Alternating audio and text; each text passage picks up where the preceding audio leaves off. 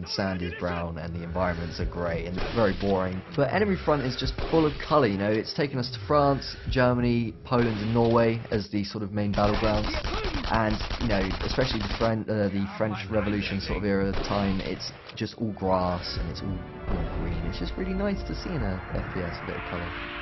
Is this coming from the guys who made Sniper Ghost Warrior the right? I mean, those weren't so great. No. So how are they fixing that? How have they addressed some of the criticism of those games? Yeah, so CI Games obviously made the two Ghost Warrior games, which were really well sort of received by fans, but critically we panned them a little bit, I think. And they've understood that, you know, they're listening, they've taken that feedback on board, and while this isn't like a straight up sniping game, you can see that they've learnt the lessons from their mistakes in the past. Like the mechanics, they were a hell of a lot tighter than we ever had in the Ghost Warrior games.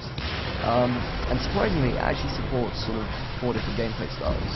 So you can run and gun, like what would an FPS be without the ability to run and gun? And so that's classic Call of Duty gameplay. Classic Call of Duty. It's sort of feels like the controls of COD mixed with the sort of openness of levels and systems of like a Medal of Honor Airborne. Okay. So it's a bit more arcadey than COD. So you've got that. You've also got stealth. So you can stealth your way pretty much through entire levels. You can press X behind an enemy to take him hostage, which you can either just kill him straight away or obviously use him to hold up other enemies, which is really fun. You can snipe, and sniping isn't as in-depth as it was in Ghost Warrior, but it will still, you know, take into account things like wind direction, gravity, and what have you while you're sniping. And you also get the really cool zoom camera if you pull off a good shot. Like it's literally the dude's head exploding or whatever.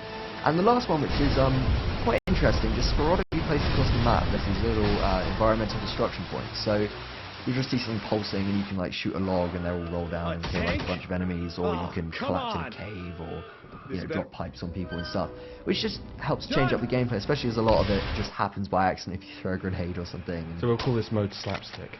We can do that. We can call it slapstick if you want.